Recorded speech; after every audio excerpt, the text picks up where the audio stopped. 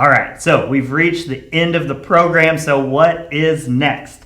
The key is just understanding that the momentum program that we've been talking about is a foundation that you can always come back to and check in on things. The main thing here is, the main thing that changes is we did an elimination diet. Every other thing in this program, I would hope, sticks with you. The elimination diet is the one thing that was more of an experiment, and then now's the time to decide if we're going to start really changing this experiment up or not. So, first of all, exercise. We should always be kind of experimenting with what we like to do, what pushes our life in the direction we want it to go. Is it functional for the things I need to be able to do at 70, 80, 90, 100 years old? And is it functional for the things I really want to be able to do? Go on hikes, whatever it might be for you. Then we've got sleep. Sleep is non-negotiable. It's probably the most important thing that we do. And we have non-exercise activity, again, non-negotiable. So these things are crucial. The eating window in our nutrition is so crucial for our circadian rhythm. So many good things about it. So hopefully at this point, you've implemented these things and you're in kind of the habits and routines. Maybe you've fallen off a little bit, but you can always rely on those to be the foundation that you can come back to move yourself forward. So the elimination diet is the main thing that isn't going to look the exact same a year from now, 5 years from now, and so on. So here's my recommendation. Let's say we started here. Let's say this line is the results that you want to get, or maybe this is your body fat, whatever you want to, however you want to think about it. So let's say we started here, maybe in the beginning of the program, just as your body's adjusting to things typically don't happen fast. Your body needs to be convinced to change. It typically takes a little bit. Then what we start seeing is people start making their way down this way, okay? And as you kind of head towards this line, it's going to start to even out. And then you're going to be on that line. And these are the results that you want to have. But here's the thing. This happens if your efforts are exactly in line with the results that you're trying to get. So this is why it's super important to make sure you've defined what are the results that you're looking to get. That way we can check in on have you gotten there or not. So here's what happens to a lot of people. We'll get into the reintroducing foods and stuff in the elimination challenge. But here's what happens to people is people start, they're all excited, we start going and we start making some really good progress. Maybe you right now are somewhere here. And then we jump the gun a little bit. We're not quite to the full results we're looking for. And we jump the gun a little bit and we start experimenting with things a little too early. Doesn't mean it's the wrong thing to do. I think it could be a valid way to go about it, as long as we keep in mind that the way to make adjustments is to always come back to the momentum program as the foundation. So let's say we come here and then now we start reintroducing foods to our elimination diet. Let's say we test out cheese, we test out grains, we test out dairy, we test out beans, and we don't have any reactions to these things. That would be awesome. Now we know you don't have any food allergies. Such a good thing to know. Or maybe we test these things out and maybe it turns out that, oh, you're gluten insensitive. Most people who are gluten insensitive are also sensitive to lactose. They're lactose intolerant. And so we found out grains grains are gluten. We found out that legumes are fine, but the grains and dairy are the things that we're not going to want to reintroduce here. So let's say we add in the legumes. And then let's say your progress starts to stall, okay? So here's what you do. Maybe you add in the legumes and your progress continues on. Bam, you get the results you want. Perfect. We're set. But maybe it starts to stall. So is it the legumes? Maybe, maybe not. So what would you do in this scenario? You would look at, first of all, am I to the results I want? Yes, no, no. Okay, so let's try and identify what is holding me back. You would look at exercise, you would look at sleep, you would look at your nutrition, you would look at non-exercise activity. You would identify what are all the things, maybe you're using a journal to track it, but what are all the things that I'm doing that are outside of the momentum program? Exercising, maybe we're getting 2 workouts in a day. Sleep, let's say you're doing great on sleep. Nice. Non-exercise activity, I'm doing okay. I'm getting 5,000 steps, and I added back in legumes. Just pretend I can spell here. Anyway, so now we can identify, it's like, okay, look, we really did some great things here. It moved us in the right direction, but we kind of take a look at what we're doing. We realize we're not to the results that we really do want to get.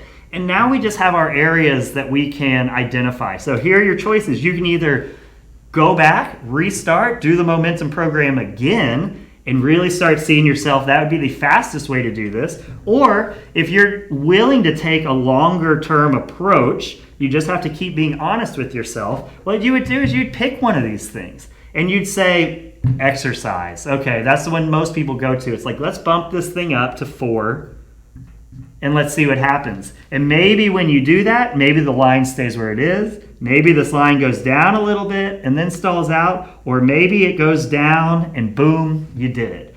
Who knows? We know to get you here, the momentum program will do it, but I understand it's a pretty strict thing to do. So what happens now, we bump it down a little bit, and it could be on any of these scenarios. It could have stayed, it could have gotten there. If you get the results you want, we'll come back to that scenario. And what do you do? So now let's say we made a little bit of progress, but we're still not getting the results we want.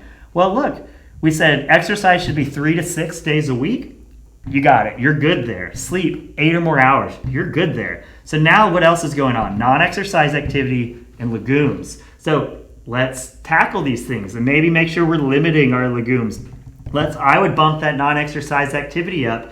If you're not sensitive to legumes, let's leave them in, bump that non-exercise activity up, and then maybe, bam, you go down there. So, long story short, I know I talked a lot there. Long story short, use the momentum program 3 months from now, 6 months from now, 10 years from now as your check-in to be like, are you at the results you want?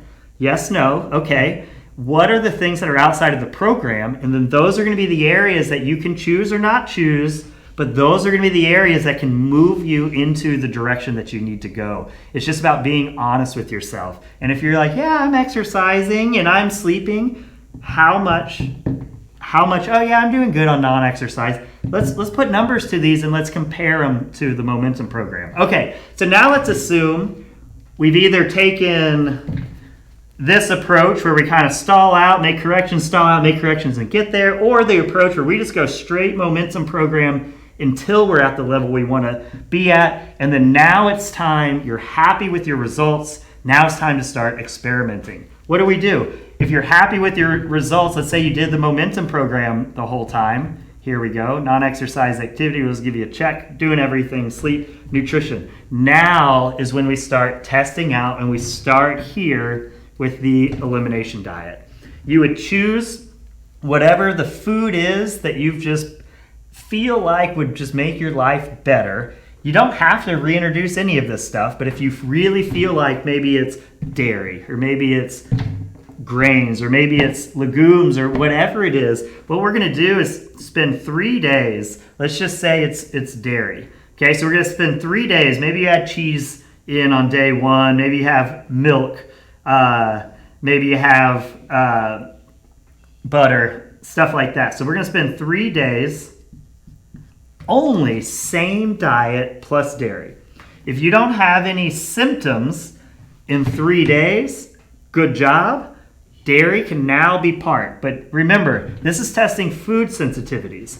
So maybe you test and you feel great, bam, okay, we can add dairy back in, but maybe when you add dairy back into your diet, let's move this over, you start losing some of the results. And remember, part of the reason we removed legumes, dairy, grains, not because they're bad for you, but they are really easy to overeat. So in that situation, no symptoms, but you started kind of gaining some body fat, you might just want to look at how much you're eating and just make sure you're limiting it and just kind of do a quick little review there. So after 3 days, if you feel great, now it's time to introduce a new food. So let's pretend here you have symptoms here. Great, stop eating dairy, you're lactose intolerant, okay? Leave it out. wait a couple days, and then here, let's reintroduce a new food. So maybe we try legumes. Here, dairy. Here, same thing, 3 days. We just repeat this process over and over and over again. So you just have to be patient. That's why it's important to choose kind of the thing that you miss the most, and just be very honest with yourself. Remember the messing with you things we're looking for. Does it make your gums bleed? Does it give you a face rash? Are your hands and feet swelling? Do you get achy? Are your joints achy the next day? The next day, are you just like unmotivated, lethargic? Did you have trouble sleeping that night? What does your poop look like? All of these things, does it give you a stomach ache? Are you nausea? Do you have nausea? All of these things, there's so many things to look for. Runny nose, a lot of food sensitivity symptoms. Those are the weird things. Those are what you're looking for. Yes, no, move on, move on, move on. But once again, just because you're not sensitive to them doesn't mean that adding them back in isn't going to start sending you back up a little bit. And that's where you would just check in on the quantity of what you're having. All right, so those are next steps. You can always review this stuff 3 months, 6 months, 1 year, 10 years down the road. You can always reach out. I'm always happy to help out.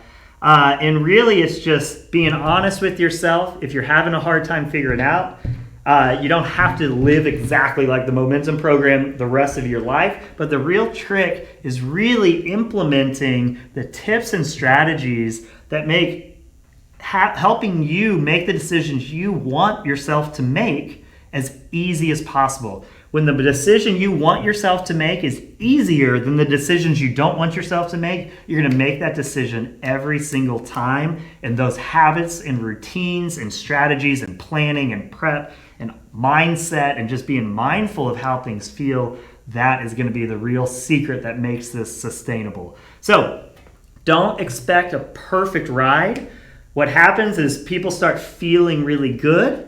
They start going, and then they kind of backslide a little bit. And maybe they let sugar re-enter their life, and they're like, oh, it's only going to be in on a cheat day, or whatever they choose to do. The key is really be mindful on how things make you feel. Remember how good you felt. Really feel how bad you feel when things are messing with you, and be honest with yourself. It's like if you're having rough days and you're feeling lonely, and these things that you typically don't feel, look back. What have you done the last few days? And let's try and make those connections, because ultimately it's not me telling you you're going to feel these ways. It's you feeling how good you feel and you feeling how bad you feel. That is ultimately what's going to take you there. But the only way to feel how bad you feel is during those backslides, which are not necessarily inevitable, but they're kind of inevitable. So don't try and make them happen, but give yourself a break if they do happen, and just pay attention to how you feel,